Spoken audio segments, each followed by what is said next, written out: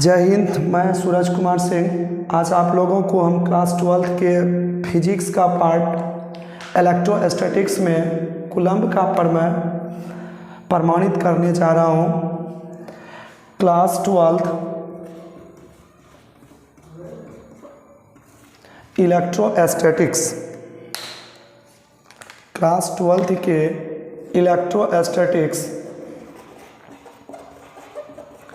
Electrostatics का एक महत्वपूर्ण part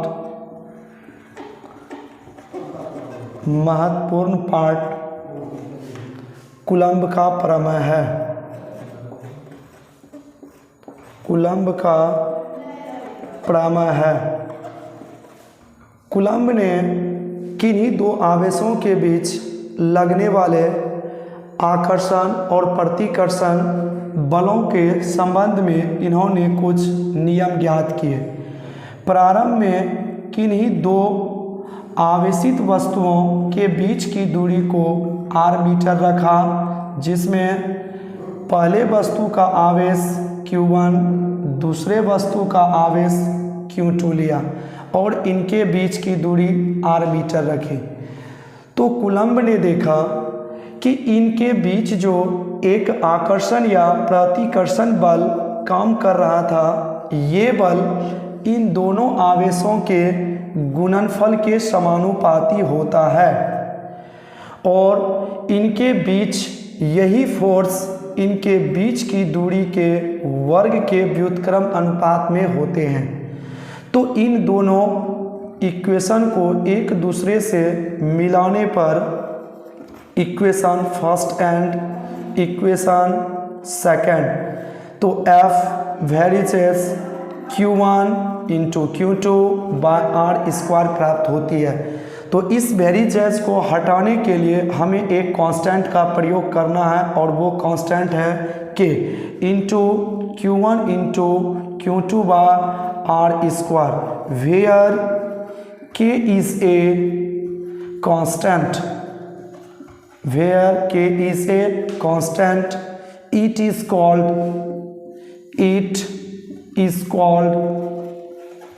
electrostatics constant।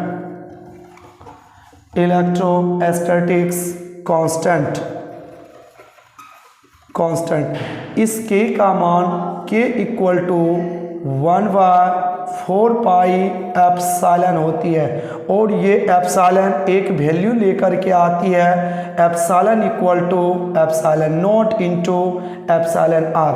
Epsilon naught निर्वात में प्रावैधुता और एप्सिलॉन आर ये वायु में प्रावैधुता होती है और एप्सिलॉन आर का मान इक्वल टू 1 रखी जाती है। तो epsilon equal to epsilon multiply 1, तो एप्सिलॉन नॉट मान निकल जाती है एप्सिलॉन का। तो हम लोग इस एप्सिलॉन का वैल्यू इस एप्सिलॉन नॉट का मान यहाँ पर पुट कर देंगे, तो हमें K इक्वल टू एक फॉर्मूला के रूप में आ जाएगा 1/4 पाई एप्सिलॉन नॉट और इस एप्सिलॉन नॉट की एक निश्चित मान होती है 8.85 into 10 to the power minus coulomb square प्रति न्यूटन मीटर स्क्वायर। इस मान को हम लोग यदि यहाँ पर रखें K equal to 1/4 pi multiply 8.85 into 10 to the power minus 12 और पाई का मान अगर हम 22/7 यूज करें तो हमें एक निश्चित रूप से K का मान जो 1/4 पाई एप्सिलॉन नॉट है, इसकी एक निश्चित राशि 9 गुणे 10 के पावर 9 न्यूटन मीटर स्क्वायर प्रति कूलम्ब स्क्वायर प्राप्त होती है। तो अब हम लोग यहाँ पर क्या करेंगे, इस K का मान इस फॉर्मूले में यहाँ पर पुट कर देंगे। तो F equal to K into Q1 into Q2 by R square है और हमें K का वैल्यू मिला है 1/4 pi epsilon naught into Q1 into Q2 by R square. तो ये इस प्रकार से कूलम्ब के प्रमेय से हमें एक फॉर्मूला ज्ञात हो जाती है और इसी फॉर्मूले को हम लोग कहते हैं कूलम्ब का प्रमेय। तो प्रारंभ समय में कूलम्ब ने बताया था कि कोई दो या तो समान आवेश हो या तो दो विपरीत आवेश हो तो उनके बीच एक बल काम करता है, और उन्हीं बलों का मान ज्ञात करने के लिए सी.ए. कूलम्ब ने एक व्यंजक निकाला जिसका मान हुआ F equal to 1/4πε0 Q1 into Q2/r²। तो एक बार हम लोग फिर से इसको समझ लें। तो सी.ए. कूलम्ब ने बताया था कि किन्हीं दो आवेशों के बीच लगने वाला आकर्षण या प्रतिकर्षण बल दोनों आवेशों के गुणनफल के समानुपाती होता है, और यही बल इनके बीच की दूरी के वर्ग के व्युत्क्रमानुपाती होते हैं। तो हमने इन दोनों चीज़ों को लिखा, F समानुपाती Q1 इंटू Q2, और दूसरा इक्वेशन है F समानुपाती 1/r²। तो उसके बाद हमने दोनों इक्वेशन से चले, equation first and equation second, तो हमें मिला F समानुपाती Q1 इंटू Q2/r²। हमने इस समानुपाती को हटाया तो एक कांस्टेंट हमें K मिला, K into Q1 into Q2/r² प्राप्त हुआ। तो जहाँ K जो है एक स्थिरांक है, इसका मतलब हुआ where K is a constant, मतलब K एक स्थिरांक है, नियतांक है। It is called electrostatic constant, अर्थात इसे हम लोग स्थिर वैद्युत स्थिरांक के नाम से जानते हैं। तो इस K का एक मान होती है 1/4πε, और ये एप्सिलॉन वैल्यू देती है ε0 इंटू εr, और εr की मान होती है 1। तो हमने इसमें εr का मान 1 रखा, दोनों मल्टीप्लाई किए तो एप्सिलॉन वैल्यू ε0 के बराबर है।